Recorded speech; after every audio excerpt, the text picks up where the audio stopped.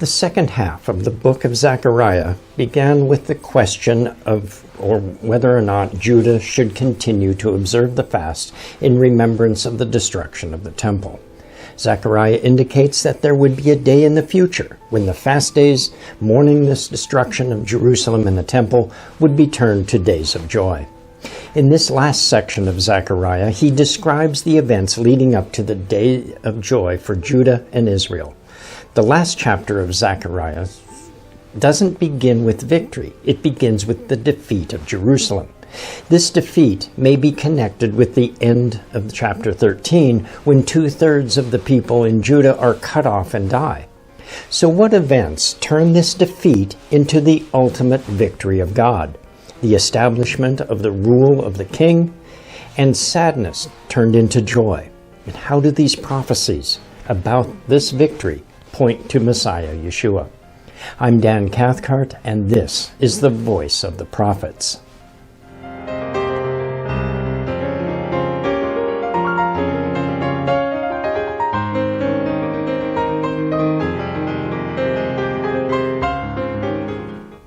Zechariah chapter 14 opens with the coming of the day of the Lord.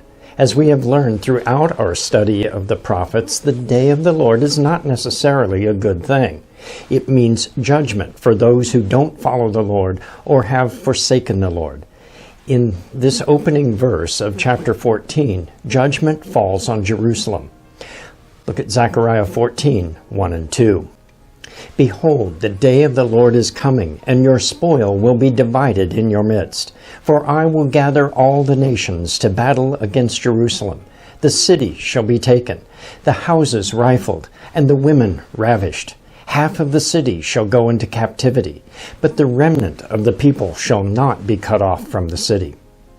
The nations shall surround the city of Jerusalem, breach the walls, and plunder the city. The wealth of the city becomes the spoils of war, which are divided as the residents of Jerusalem look on.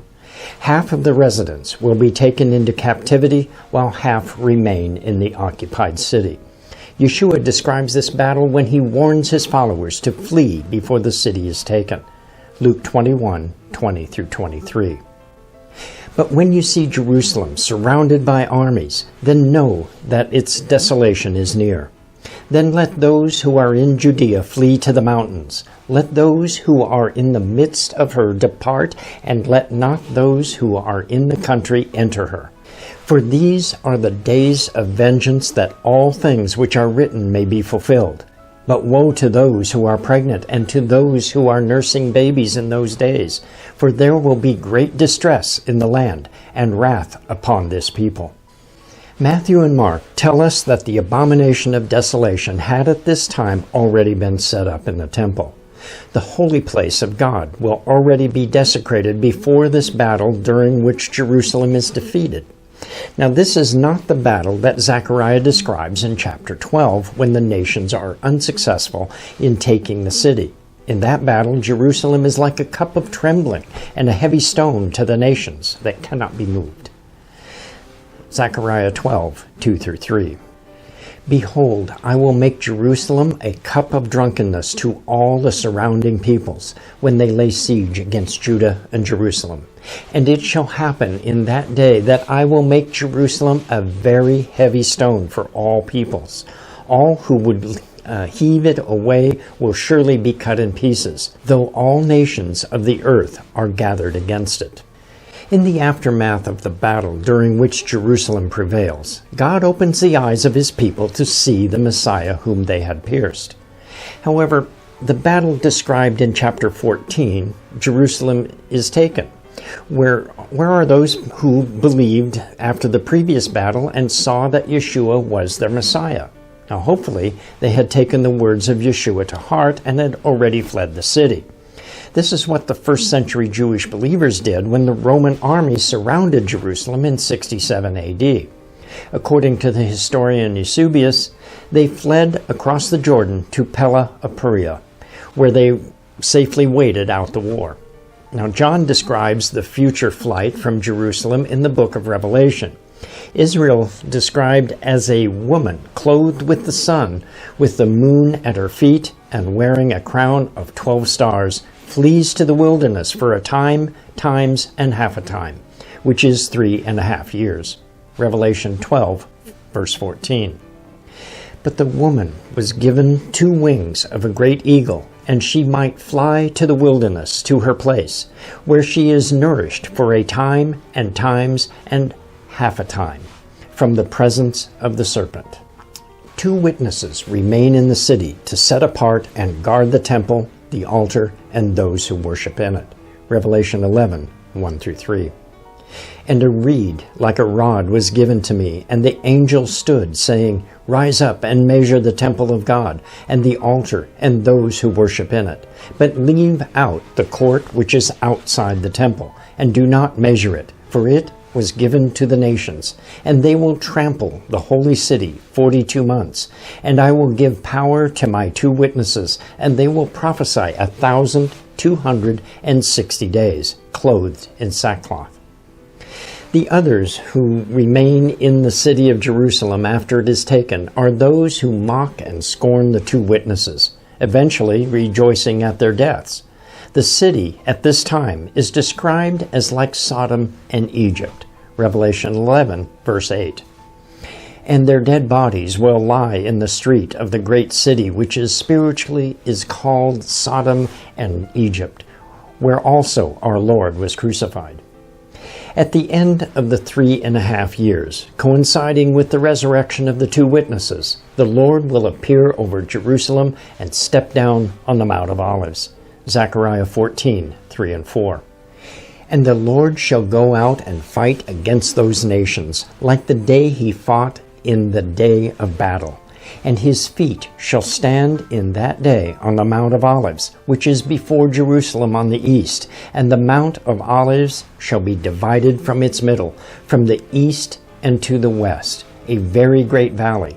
And half of the mountain shall move toward the north, and half of it toward the south. Now, in understanding the Bible, the first use of a word or name frequently reveals additional insight about its meaning. Although this use in Zechariah is the first use of the name Mount of Olives, the first reference to the Mount of Olives is when David was fleeing Jerusalem when his son Absalom attempted to steal the kingdom from him. The exact term referring to the Mount of Olives is the Ascent of Olives. Look at 2 Samuel 15, verse 30. And David is going up in the ascent of the olives, going up and weeping. And he hath the head covered, and he is going barefooted, and all the people who are with him have covered each his head, and have gone up, going up and weeping. Ezekiel refers to the Mount of Olives as the mount to the east of the city. Before the destruction of the city and the temple by the Babylonians, Ezekiel describes the glory of the Lord leaving the temple. As it leaves, it steps down on the Mount of Olives. Ezekiel 11:23. And the glory of the Lord went up from the midst of the city and stood on the mountain which is on the east side of the city. Yeshua's triumphal entry to Jerusalem began at the Mount of Olives. He waited at the Mount of Olives while 2 of his disciples went to get the donkey which he would ride into the city. Yeshua's arrival in Jerusalem reflects David's exit from the city. Yeshua visited the Mount of Olives again on the night that he was betrayed. After celebrating an early Passover meal with his disciples, they went out to the Mount of Olives, where they sang from the book of Psalms. Yeshua continued to instruct them about his upcoming death and resurrection.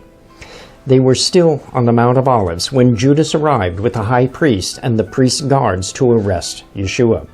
Now, based on the fact that the guards who were overseeing Yeshua's crucifixion could see that the curtain in the temple was torn at Yeshua's death, it is likely that the crucifixion also took place on the Mount of Olives. 40 days after Yeshua's resurrection, he met with his disciples once more on the Mount of Olives, where he ascended to the Father. And 2 angels appeared before the disciples and told them that Yeshua would return to the Mount of Olives. Look at Acts 1, 10-12. And as they were looking steadfastly to the heaven in his going on, then lo, 2 men stood by them in white apparel, who also said, Men, Galileans, why do ye stand gazing into the heaven? This Jesus, who was received up from you into the heaven, shall so come in what manner ye saw him going into the heaven. Then they did return to Jerusalem from the mount that is called of Olives, that is near Jerusalem, a Sabbath's journey. Now this clearly links Yeshua's ascension from the Mount of Olives with the departure of the glory of the Lord from the same place. Ezekiel goes on to describe the return of the glory of the Lord as coming from the way of the east, implying that would it cross the Mount of Olives to enter the city. The Mount of Olives seems to be the spiritual entrance to the city of Jerusalem. The city of Jerusalem itself is recognized as the bridge or doorway between heaven and earth. It is the site of God's throne on earth. When the Lord steps down on the Mount of Olives, he is coming from heaven. The angels stated that it is Yeshua who will be the one to step down on the mountain. Yeshua describes the signs in the sky as he arrives. Matthew 24:30 and 31. And then shall appear the sign of the Son of Man in the heaven, and then shall all the tribes of the earth smite the breast, and they shall see the Son of Man coming upon the clouds of the heaven, and with power and much glory. And he shall send his messengers with great sound of a trumpet, and they shall gather together his chosen from the four winds, from the ends of the heavens to the ends thereof. Now, Yeshua's arrival will cause the mountain to split into two, starting from the east and going across to the west. The results of the split either open the way for the people to flee from Jerusalem or block the way from their flight. It all depends on the translation of a Hebrew word. Now let's look at the NKJV translation first. Zechariah 14, verse 5. Then you shall flee through my mountain valley, for the mountain valley shall reach to Azal. Yes, you shall flee as you fled from the earthquake in the days of Uzziah, king of Judah. Thus the Lord my God will come, and all the saints with you. The translation of the Hebrew words differ in how the word nous, or number 5127 in Strong's Concordance, is translated and understood. The literal meaning is to flit or vanish away. In the NKJV translation, the word is translated as to flee. In the Greek Septuagint, the word is translated as blocked up, indicating that the escape from the valley is vanished. And the valley of my mountains shall be blocked up, and the valley of mountains shall be closed up even to Jasod. It shall be blocked up as it was in the days of the earthquake, in the days of Ozias, king of Judah, and when the Lord my God shall come, and all the holy ones with him. Zechariah refers to an earlier earthquake in the days of King Uzziah. Josephus describes the result of this earthquake. In that earthquake, the valley is blocked. In the meantime, a great earthquake shook the ground, and rent was made in the temple, and the bright rays of the sun shone through it, and fell upon the king's face, insomuch that leprosy seized upon him immediately. And before the city, at a place called Erog, half the mountain broke off from the rest on the west, and rolled itself 4 furlongs, and stood still at the east mountain, till the roads as well as the king's garden were spoiled by the obstruction. Now it could be that the southern end of the Kidron Valley, which separates Jerusalem from the Mount of Olives, is blocked, while at the same time the splitting of the mountain opens the way to the east. In either case, it will be a day of judgment of the invaders of Jerusalem. Look at Zechariah 14, 6 through 7. And it shall come to pass in that day that there will be no light, the lights will diminish, and it shall be one day which is known to the Lord, neither day nor night. But at evening time it shall happen that it will be light. Yeshua stated that as a prelude to his coming, darkness would overtake the land. Matthew 24, verse 29. Immediately after the tribulation of those days, the sun will be darkened and the moon will not give its light. The stars will fall from heaven, and the powers of the heavens will be shaken. At the end of the day, when evening comes, instead of darkness, Zechariah said there would be light.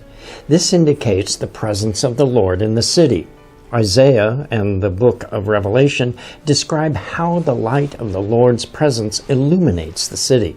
Isaiah 60, 19 through 20. The sun shall no longer be your light by day, nor for brightness shall the moon give light to you. But the Lord will be to you an everlasting light, and your God your glory.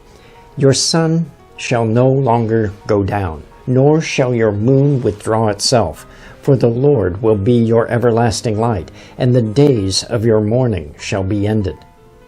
The presence of the Lord is enhanced by the rivers of water flowing out from the city toward both the Mediterranean Sea and the Dead Sea. Zechariah 14, 8 through 9. And in that day it shall be that living waters shall flow from Jerusalem, half of them toward the eastern sea, and half of them toward the western sea. In both summer and winter it shall occur. And the Lord shall be king over all the earth. In that day it shall be, the Lord is one, and his name one. Ezekiel also prophesied about this water flowing out from the city after God's glory returns to the city, as does the book of Revelation.